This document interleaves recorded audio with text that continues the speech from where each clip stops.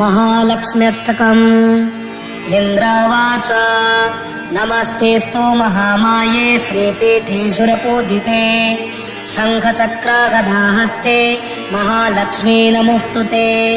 नमस्ते गरुडारूढे कोलासुरभयङ्करे सर्वपापहरे देवे महालक्ष्मी नमोऽस्तुते।